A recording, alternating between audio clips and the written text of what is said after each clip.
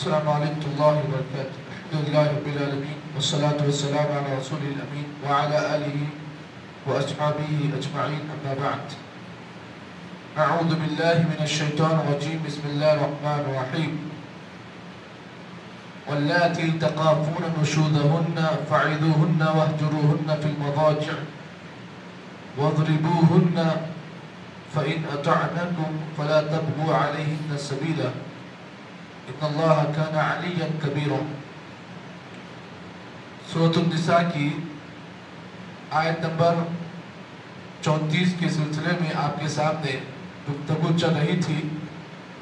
اللہ رب العالمین نے اس آیت کے اندر زوجین کے لیے، شادی شدہ لوگوں کے لیے اللہ تعالیٰ نے 4 احکامات کو بیان کیا، جس میں سے 2 احکامات آپ کے سامنے پیش کیے گئے.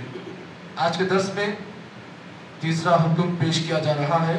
اللہ تعالیٰ نے فرمایا وَاللَّاتِي تَخَافُونَ نُشُوزَهُنَّ، وہ عورتیں جن کی نافرمانی کا تمہیں ڈر ہو. اگر تمہاری بیوی تمہاری اطاعت سے اگر منہ موڑ دے یا تمہاری مخالفت پر آ جائے تو اللہ تعالیٰ نے فرمایا اس کے طریقے ہیں. اگر عورت یا بیوی ناراض ہو جائے، یا ناراض کا مطلب یہ ہے کہ شوہر کی اطاعت سے روگردانی کرے، شوہر کی مخالفت کرے، اللہ نے فرمایا فَعِذُوهُنَّ، پہلا طریقہ یہ ہے کہ اس سے نصیحت کی جائے. دوسرا طریقہ اللہ نے بیان کیا وَاحْجُرُوهُنَّ فِي الْمَضَاجِعِ، اس عورت کو اپنے بستر سے دور کر دے. تیسرا طریقہ وَاضْرِبُوهُنَّ، اس عورت کو مارو. اللہ تعالیٰ نے اس کے بعد آخر میں جو بات بیان کی فرمایا فَإِنْ أَطَعْنَاكُمْ فَلَا تَبْغُوا عَلَيْهِنَّ سَبِيلًا، اگر عورت بات مان لے تو اس کے بعد کوئی اور طریقہ اختیار مت کرو. ان اللہ کان علیا کبیرا، بے شک اللہ تعالیٰ بہت بڑا کارساز ہے.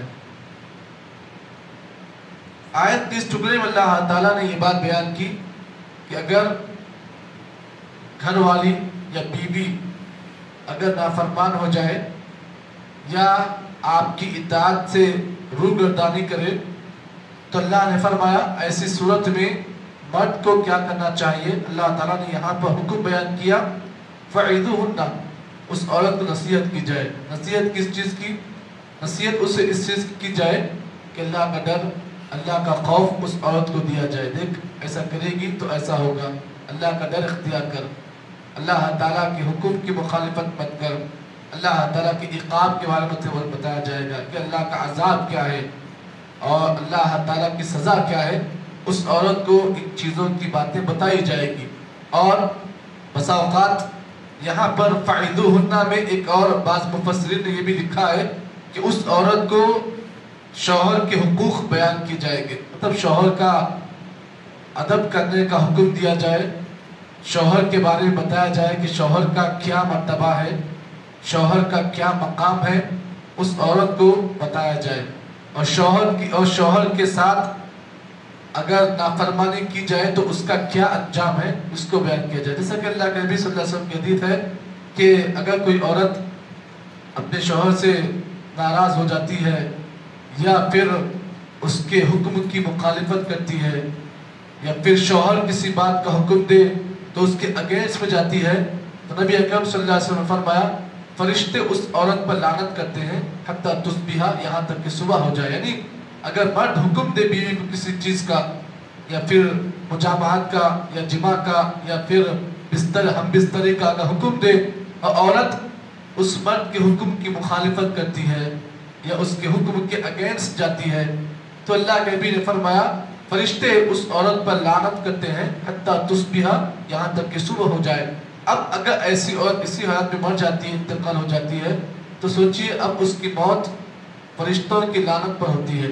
تو یہ چیزیں عورت کو بتائی جائے گی. تو فَعِذُوهُنَّ میں یہ تمام چیزیں ہیں. اس سے سب سے پہلے اللہ کا عذاب، اللہ کی سزا کے بارے میں بتایا جائے، اس کے بعد پھر شوہر کے حقوق بتائے جائیں، شوہر کا مقام بتایا جائے.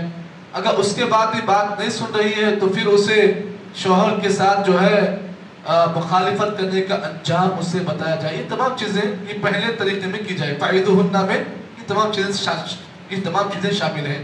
اس کے بعد اللہ فرماتے ہیں وَاحْجُرْهُنَّ فِي الْمَضَاجِعِ. اگر عورت اس چیز پر بھی اگر راضی نہیں ہو رہی ہے، اتنا بولنے کے باوجود بھی پھر بھی اگر نافرمانی پر اتری ہوئی ہے، تو اللہ نے کہا وَاحْجُرْهُنَّ فِي الْمَضَاجِعِ. اس عورت کو اپنے بستر سے الگ کیا جائے، یعنی اپنے ساتھ اسے نہ سلائیں. ایک کمرے میں آپ سوئے، دوسرے کمرے میں وہ سوئے، یعنی ایک ہی بستر پر دونوں کو نہیں سلایا جائے گا، الگ الگ کیا جائے گا. اب یہاں پر مفسرین نے یہ بات لکھی ہے، یہ پیریڈ کب تک ہوگا؟ یہ پیریڈ اس کی مدت کیا ہے؟ بستر الگ کرنے کی مدت کیا ہے؟ کہ سال بھر کیا جائے، کہ 10 دن کیا جائے، کیا 2 مہینے کیا جائے؟ اس کی مدت کیا ہے؟ مفسرین نے لکھا ہے کہ اس کی مدت صرف 1 مہینہ ہوگی. 1 مہینے تک دیکھا جائے گا کہ بستر الگ کیا جائے گا 1 مہینے تک. اگر 1 مہینے کے اندر اگر سدھر رہی تو ٹھیک ہے، اگر 1 مہینہ گزرنے کے بعد بھی اگر روش ویسے ہی ہے تو پھر اب ایک اور حکم آ رہا ہے. تو اللہ نے کہا وَاحْجُرْهُنَّ فِي الْمَضَاجِعِ. اس عورت کو بستر سے الگ کر دو. لیکن یہ احکامات جو ہیں بڑے اہم ہیں، اس لیے آپ تمام اس کو سنیں. اگر میں سنا تو بولیے میں ختم کراتا ہوں انشاءاللہ. آپ لوگ فری ہوتے میں فری ہوتا ہوں. تو وَاحْجُرْهُنَّ فِي الْمَضَاجِعِ اللہ نے کہا اسے بستر سے الگ کیا جائے. اس کے بعد اللہ فرماتے ہیں وَاضْرِبُوهُنَّ. تیسرا طریقہ یہ ہے کہ اسے مارا جائے. اب یہاں پر مارنے کے سلسلے میں یہ بات آپ یاد رکھیں، نبی اکرم صلی اللہ علیہ وسلم نے فرمایا، صحیح مسلم کی روایت ہے، آپ نے فرمایا لوگوں یہ جو عورتیں ہیں اللہ تعالیٰ نے تمہیں ان عورتوں کو تمہارے حوالے کیا ہے، تو تم ان عورت پر لا تقبحوهن. ان عورتوں کو تم چھڑکی سے بات مت کرو، اور ان عورتوں کو مارو تو ایسا مارو غیر متبرج، ایسا مارو جسم پر کوئی نشان نہ ہو. یعنی مارنے کا مطلب یہ ہے کہ آپ کو مارنے کا حق مل گیا اور آپ جیسا چاہے ویسا مارو، یہ نہیں ہے. غیر متبرج، ایسا مارو کہ نشان نہ رہے. تو معلوم یہ ہوا نبی اکرم صلی اللہ علیہ وسلم کی حدیث میں آپ نے فرمایا کہ وَاضْرِبُوهُنَّ کا آپ نے وضاحت کی ہے. وَاضْرِبُوهُنَّ کا وضاحت یہ ہے کہ عورتوں کو مارا جائے تو ایسا مارا جائے غیر متبرج، جسم پر کوئی نشان باقی نہ ہو. اسی طریقے سے صحیح مسلم کی ایک اور روایت ہے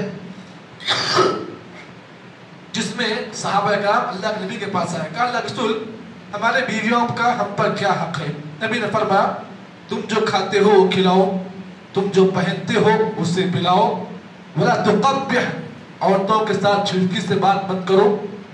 اس کے بعد پھر آپ نے فرمایا وَاضْرِبُوهُنَّ، ان عورتوں کو مارو تو ایسا مارو غیر متبرج، جس سے کوئی نشان باقی نہ رہے.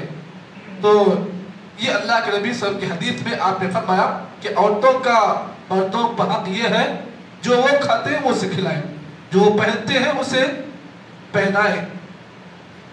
اس کے بعد اللہ تعالیٰ نے تیسری بات بیان کی فَإِنْ أَطَعْنَاكُمْ. اگر عورتیں اتنا کہنے کے بعد بھی اگر مان رہی ہیں، بات سمجھ گئی، تو اللہ نے فرمایا فَلَا تَبْغُوا عَلَيْهِنَّ السَّبِيلَ.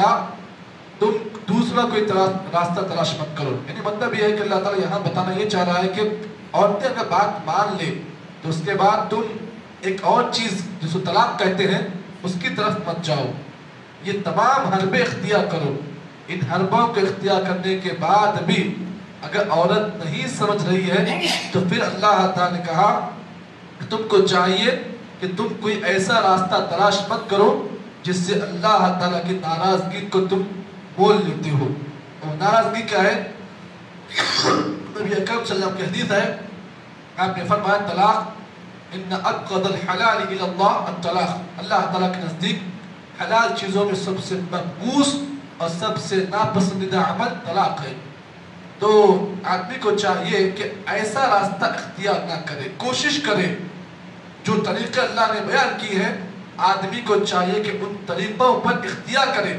اور ان طریقوں کے اختیار کرنے کے بعد بھی اگر عورت نہیں سدھر رہی ہے تو پھر اللہ تعالیٰ نے ایک اور حکم بیان کیا. وہ حکم کیا ہے؟ عورت کے گھر سے کچھ لوگوں کو بٹھایا جائے، مرد کے گھر سے کچھ لوگوں کو بٹھایا جائے، آپس میں صلح کی بات کی جائے. صلح کی بات کی جائے. اگر صلح میں اگر بات سمجھ رہی ہے تو ٹھیک ہے، نہیں سمجھ رہی ہے بات تو پھر آگے اللہ تعالیٰ نے اس حکم کو اللہ نے بیان کیا ہے. تو معلوم یہ ہوا یہ تمام طریقے جو اللہ نے بیان کیے ہیں ان طریقوں کو اختیار کیا جائے۔ آج ہمارے پاس ان طریقوں کو چھوڑ کر ہم ڈائریکٹ آخری طریقے پر آتے ہیں جو بالکل غیر ثابت شدہ عمل ہے۔ یہ دو طریقے بتائے گئے ہیں، ہم کو اور آپ کو ان طریقوں کو اختیار کرنا چاہیے۔ اور یہاں پر ایک اور مسئلہ بیان کر دوں، ہمارے بعض نوجوان اگر بیویاں نافرمان ہوتی ہیں تو ان طریقوں کو چھوڑ کر وَضْرِبُوهُنَّ کے طریقے پر اختیار کر لیتے ہیں، یعنی نہ سمجھاتے ہیں نہ بستر الگ کرتے ہیں، ڈائریکٹ تیسرے طریقے پر آتے ہیں اور وہ مارم توڑی۔ اور مارم توڑی تو ایسا مانتے ہیں جس کی وجہ سے جو ہے اسلام کا نام بھی کبھی کبھار خراب ہو جاتا ہے۔ تو ہمیں اور آپ کو چاہیے نبی نے جیسا ماننے کا حکم دیا ہے اسی انداز سے آپ ماریں۔ یہ کچھ باتیں تھیں جو اس آیت کی روشنی میں آپ حضرات کے سامنے پیش کی گئی ہیں۔ اللہ سے دعا ہے اللہ تعالیٰ مجھے اور آپ کو جتنی باتیں بتائی گئی ہیں صحیح معنی میں عمل توفیق عطا فرمائے۔ سبحان اللہ بحمدہ، سبحانک اللہم وبحمدک، نشہد ان لا الہ الا انت، نستغفرک ونتوب الیک۔